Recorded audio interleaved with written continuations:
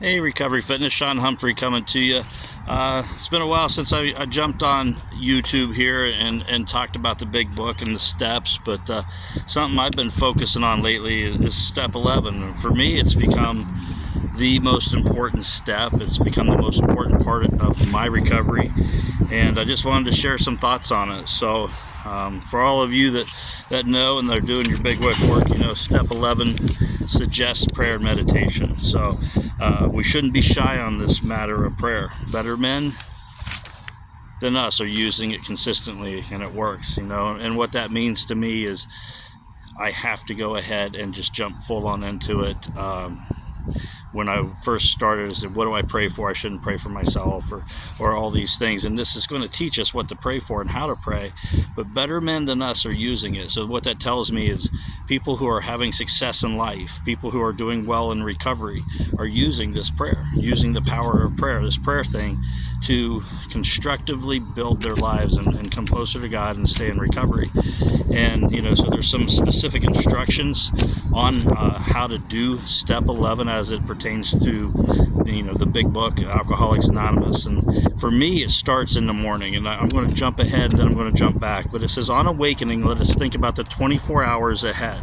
So for me, that's the first step. That's the first part of step 11. It says, let me think about the 24 hours ahead. We consider our plans for the day. Before we begin, we ask God to direct our thinking. So that's part 2 of step 11. Before I begin, I ask God to direct my thinking throughout the entire day. You know, what should I do? How should I go about it? Well, God, I just surrender this to you.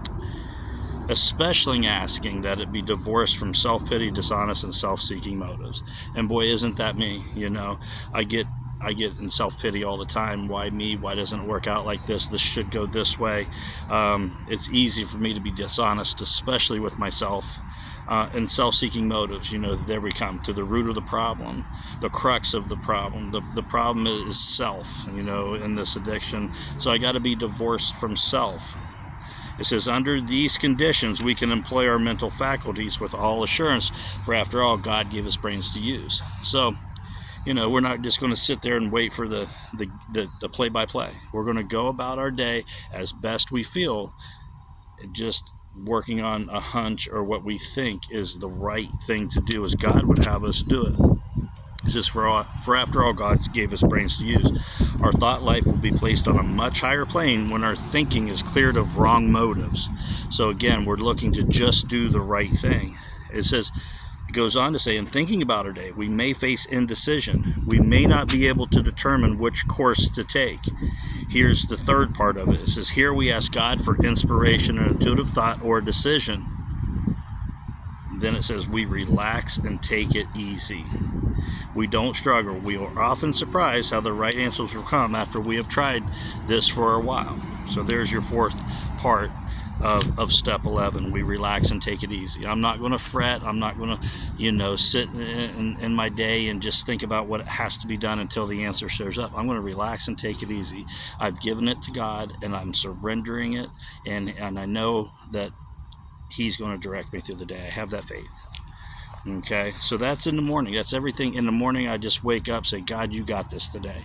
Whatever you want me to do, please give me the power to do it and see it and just act in love, care, and kindness. You know, love and tolerance is the code here. And then it gives me directions at night. And again, this is step 11.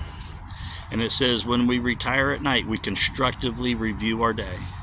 Were we resentful, selfish, dishonest, or afraid? Do we owe an apology? Have we kept something to ourselves which we should have discussed with another person at once? Not waited till the end of the day, but did we do something we should have discussed with someone at once and failed to do that? It says, were we kind and loving towards all? And I know throughout my day, I'm not, especially in my mind, you know, and that's where everything starts. And the root of me is in self, right? And it's in my mind. So it really doesn't need to go any further than that for me to have sinned or missed the mark on that. What could we have done better? Were we thinking of ourselves most of the time, or were we thinking of what we could do for others, of what we could pack into the stream of life? But we must be careful not to drift into worry, remorse, or morbid reflection, for that would diminish our usefulness to others. After making our review, we ask God's forgiveness and require what corrective measures need to be taken, right? And so there's where you see step 10 kind of come into 11. But there are 7 parts, 7 questions to the evening part of that. So, you got the morning, which 4 questions, four directions. You got the evening, which is 7. So there's 11 parts to that and step 11. And then that, just like Bill Wilson, to throw 11 parts into the 11th step. But for me, the third part of this is not morning, or the most important part, it's not the morning, it's not the evening, but it's conscious contact throughout the day. We stay in contact with our Creator throughout the day, and that helps us move right through the day without